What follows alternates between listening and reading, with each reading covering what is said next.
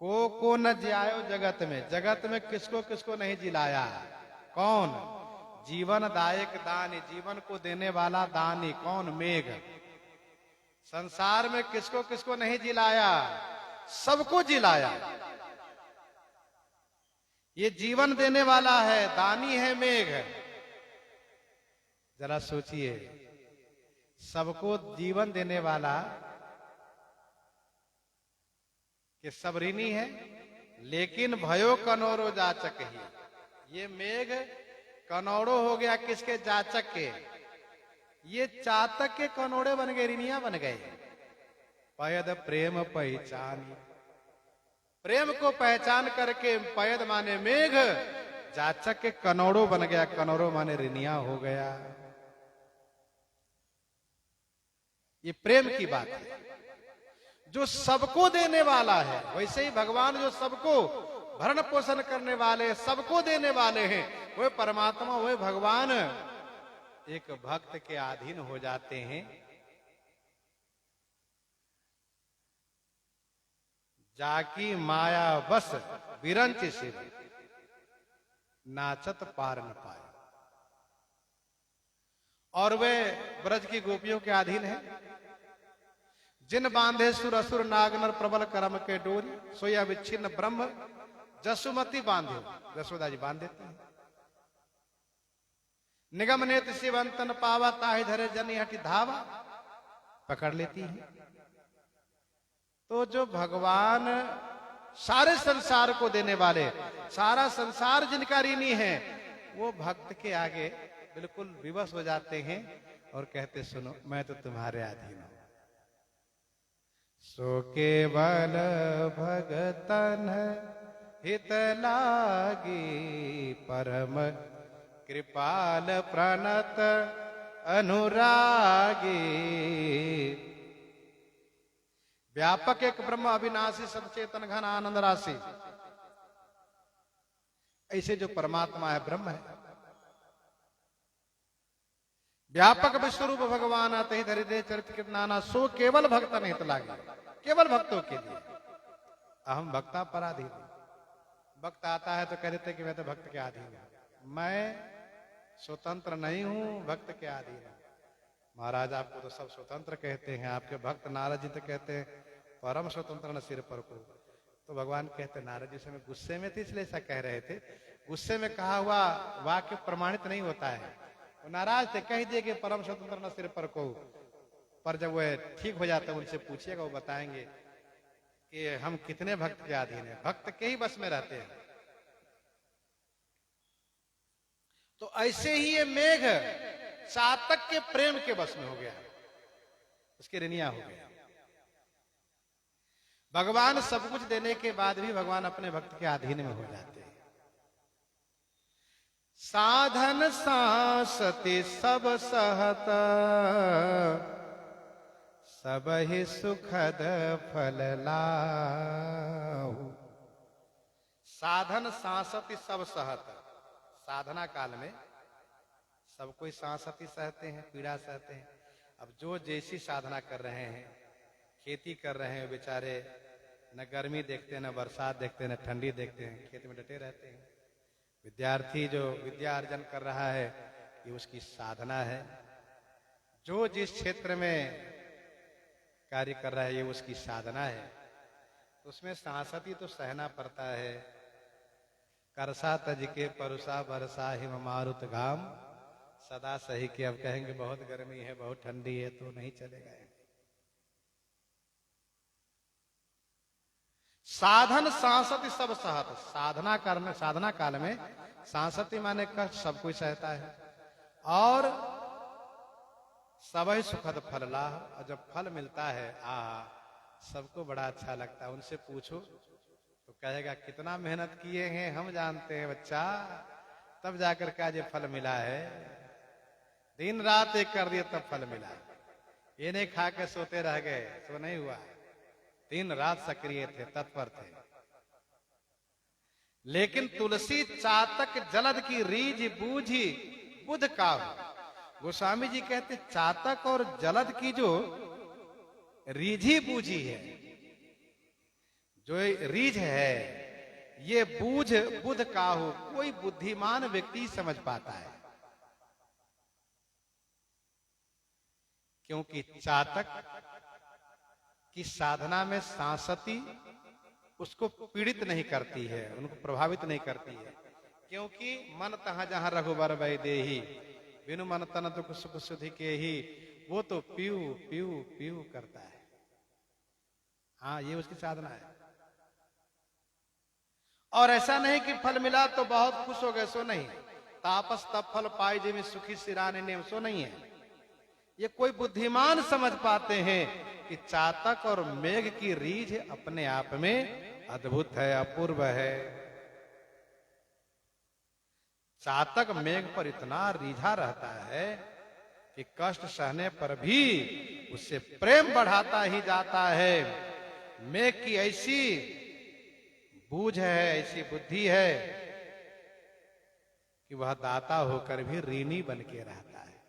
मेघ से कभी कोई अकेले एकांत में पूछे, अरे वो सार्वभौम दानी, पूरे विश्व को जल देने वाला, पानी देने वाला मेघ, क्या तूने कभी किसी से प्रेम किया है? क्या किसी को मानते हो? मेघ यही कहता है कि हाँ जी, मैंने भी प्रेम किया है, और वो मेरा प्रेमी है चातक। उसके आगे मेरा कुछ नहीं चलता, वो मेरा प्रेमी है। हाँ, चातक जीवन दायक ही, जीवन समय सुरीति, तुलसी अलखन लखी परे, चातक प्रीति प्रतीति। चातक जीवन दायक ही, चातक के जीवन देने वाला, चातक के जीवन देने वाला कौन? मेघ। जीवन समय सुरीति, चातक को जीवन दाता मेघ के प्रेम की जो सुंदर रीति है वह उसके जीवन काल में ही देखने में आती है। परंतु अनन्य प्रेमी चातक का प्रेम एवं विश्वास ऐसा अलख है। तुलसी अलखन लखी परे, गोस्वामी जी कहते हैं समझ में नहीं आता है। चातक प्रीति प्रतीति, चातक का प्रेम विश्वास समझ में नहीं आता है। प्रेम विश्वास ये बहुत प्रकट का विषय नहीं है, ये तो अंदर से मजबूत रहता है, अंदर में बना रहता है। यही जब अपनी पराकाष्ठा पर पड़ता है, पराकाष्ठा पर होता है तो लोगों को नजर आता है, दिखता है, लेकिन उस व्यक्ति के मन में नहीं लगता है कि मैंने बहुत प्रेम किया है, वह बहुत विश्वास है। चातक के जीवन दाता मेघ के प्रेम की सुंदर रीति तो उसके जीवन काल में ही देखने में आती है। परंतु अनन्य प्रेमी चातक का प्रेम और विश्वास ऐसा अलक्ष्य है, गोस्वामी जी कहते वह किसी को लखने में नहीं आता है। अर्थात उसके प्रेम तो मरते समय भी बना रहता है। प्रेम ऐसा होना चाहिए कि मरते समय भी उन्हीं की याद आए, वही हो। ये ऐसा प्रेम ठाकुर जी से। जीव चराचर जहां लगे है सबको हित में, तुलसी चातक मन बस्यो घन सो सहज स्नेह। जीव चराचर जहां लगे, जगत में जहां तक चराचर जीव हैं, चराचर जितने जीव हैं सब है, सबको हित में है। सभी को हित करने वाला मेघ ही है, ये जान लीजिए। बिना मेघ से किसी का नहीं हित होने वाला है। मेघ बरसेगा तभी अन्न होगा, तभी पेट भरेगा, और तभी आगे संसार का संवर्धन होगा, परिवार का भी संवर्धन होगा, संसार और परिवार सब खुशहाल रहेगा। बिना मेघ के कुछ नहीं होने वाला है। हाँ, तुलसी चातक मन बस्यो घनसो सहज स्नेह, लेकिन चातक के मन में मेघ से सहज स्नेह बसा हुआ है। सबका स्नेह मेघ से सहज नहीं है, पर चातक का मेघ से सहज स्नेह बसा हुआ है। सहज स्नेह, स्वामी सेवकाई स्वार्थ छल फल चारि भी आए। सहज स्नेह वो होता है जो स्वाभाविक देखते ही स्नेह हो गया और वो हमेशा बना रहे, चाहे जैसी परिस्थिति आवे, जैसा वक्त आवे, जैसा समय आवे, लेकिन वो स्नेह बना रहे, वो सहज स्नेह कहा जाता है।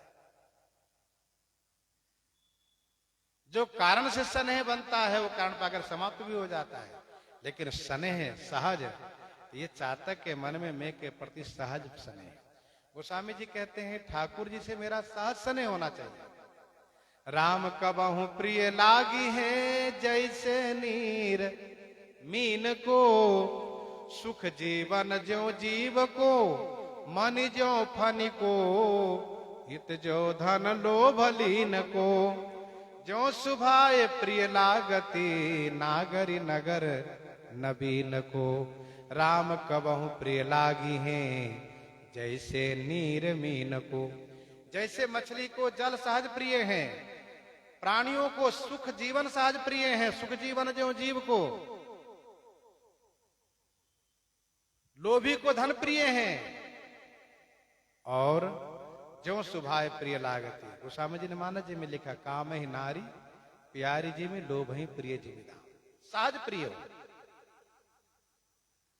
डोलत विपुल विहंग बन पियत पोखरनी बारी, सुजस धवल चातक नवल तुहि भुवन दस चारी। बहुत पक्षियां हैं, बहुत पक्षी हैं, ऐसे संसार में बहुत जीव हैं, बहुत लोग हैं, बहुत प्राणी हैं। डोलत विपुल विहंग बन पियत पोखरनी बारी, पोखर की तालाब के पानी पीता रहता है ये विहंग। डोलत विपुल विहंग बना पियत पोखर निबारी, पोखर के तालाब के गड्ढा के पानी पी के काम चला लेता है।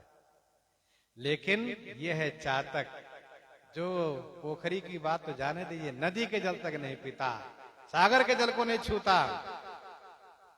सुजस धवल चातक नवल, अरे वो चातक 10 चारी भुवन माने 14 भुवन में 13 ही, धवल माने उज्जवल और नवल माने नया जस भरा हुआ है, छाया हुआ है। सभी लोग जानते हैं कि भाई अनन्य प्रेमी तो चातक है। पानी का प्रेमी मछली भले है, लेकिन मेघ का प्रेमी सच्चा प्रेमी चातक है, और कोई नहीं है। मुख मीठे मानस मलिन कोकिल मोर चकोर। संसार में अच्छे अच्छे लोग बहुत है, लेकिन उसके अच्छे होने से कोई मतलब नहीं है। गोस्वामी जी ने कहा मुख मीठे मानस मलिन, वचन के मीठे हैं, मुख मीठे, मानस मलिन, मन के मैले हैं। कौन? कहा कोकिल मोर चकोर, कोयल मोर और चकोर, ये सब बोलते हैं मीठे पर मन के मैले हैं। बोल ही मधुर वचन जे मोरा, खाई महा हृदय कठोरा। ये कोयल बढ़िया बढ़िया कूकते हैं ये, हाँ, लोग इनकी वाणी सुनने में आनंदित होते हैं, लेकिन ये मन के ऐसे मैले हैं कि कीड़े खा जाते हैं। यही हाल मोर के, सांप खा जाते हैं, चकोर के ही हाल है। हाँ, गोस्वामी जी ने दोहावली में बड़ा सुंदर दोहा लिखा है, माखी काक उलूक बक दादुर से भय लोग। भैया हो, संसार में प्राय लोग कैसे कैसे कहा मक्खी के समान है, मक्खी के समान है, बुरी जगह दृष्टि डालने वाले। मक्खी केवल घाव पर, गंदगी जगह पर बैठती है। माखी काक कौआ, उलूक बक दादुर से भय लोग। माखी काक उलूक बक दादुर से भय लोग, और ये कौआ उल्लू बगुला मेढक के समान संसार में लोग हैं। और जो अच्छे लोग दिखाई दे रहे हैं, कहा अच्छे लोग दूर के ढोल अच्छा लगता है। भलते सुकपिक मोर जे कौन प्रेम पथ जोग, जो अच्छे दिखते वो भी तोता मोर, सुकपिक मोर जो, ये तोता कोयल मोर के जैसे कौन प्रेम पथ जोग। संसार में कोई प्रेम के लायक है ही नहीं। हाँ, माखी काक उलूक बक दादुर से भय लोग, इस सब मतलब ही है। माखी काक उल्लू बक दादुर, ये सब मतलब ही है। और जो कुछ अच्छे लोग हो तो और ज्यादा मतलब ही है। भलते सुखपिक मोर जो क्यों न प्रेम पथ जोग। तो प्रेम पथ के योग कौन है? कहा केवल एक ठाकुर जी है और कोई नहीं है। यहां पर गोस्वामी जी ने कहा कि मुख मीठे मानस मलिन। अच्छा, कैसे पता चले कि मधुर बोलने वाला व्यक्ति मधुर ही होगा? मधुर वचन बोलने वाला मधुर ही होगा। वचन वेश क्यों जानिए मन मलिन नर नारी। कैसे पता चले कि वचन से अच्छे हैं अथवा वेश से अच्छे हैं?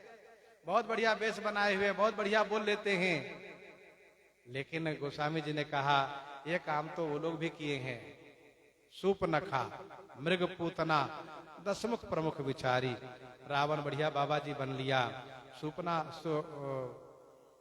ये सूपनखा, मृग पूतना, पूतना मौसी बन गई बढ़िया, और सूपनखा बढ़िया कुमारी युवती बन गई। मारीच हिरण बन गया। कैसे माना जाए कि बेस? इसलिए बेस और वचन में भी नहीं आना चाहिए। गोस्वामी जी दोहावली में एक एक दोहा में ऐसी शिक्षा दिए हैं कि यदि हम उसे समझें तो बहुत सोच समझ करके, संभल करके संसार से निकल करके भगवान की ओर उन्मुख हो जाए। तो मुख मीठे मानस मलिन कोकिल मोर चकोर सूजस धवल चातक नवल। अरे वो चातक 14 भुवन में, पूरे ब्रह्मांड में धवल माने उज्जवल, नवल माने नया सुजस भरा हुआ है। सुजस धवल चातक नवल रहो भुवन भरी, तो तुम्हारा ही जस आया हुआ है। बास बेस बोलनी चलनी मानस मंजू मराल, तुलसी चातक प्रेम की कीरति विशद विशाल। गोस्वामी जी चातक के आगे सबको नकार दिए। हंस की बड़ी बड़ाई होती है, अच्छे हैं हंस, लेकिन गोस्वामी जी ने कहा कि बास माने निवास, वेश, बोलनी, चलनी, ये सब इनका सुंदर है। मानस मंजू मराल, मंजू माने सुंदर, मराल मानसरोवर में रहता है, लेकिन इसके बाद भी चातक के आगे वो कुछ नहीं है। तुलसी चातक प्रेम की कीरति विशद विशाल। गोस्वामी जी कहते चातक के प्रेम की कीरति विशाल है, क्योंकि चातक जैसी अनन्यता हंस में भी नहीं है। तो इस दोहा, इन सब दोहा का मतलब यह है कि हम संसार से मन को हटा करके भगवान में जोड़ें। जननी जनक बंधु सुरदारा, तंधन भवन सुहृदय परिवारा, सबके ममता ताग बटोरी, ममपद मन ही बांध बड़ी डोरी। तो हम ठाकुर जी में जुड़ जाए। राम सुहातो तो ही जो तू सब ही सुहातो। तो ठाकुर जी में हम जुड़ जाए, अनन्य हो जाए, तो मेरा भी जीवन धन्य हो जाए। इन्हीं के साथ आज सीताराम सीताराम सीताराम।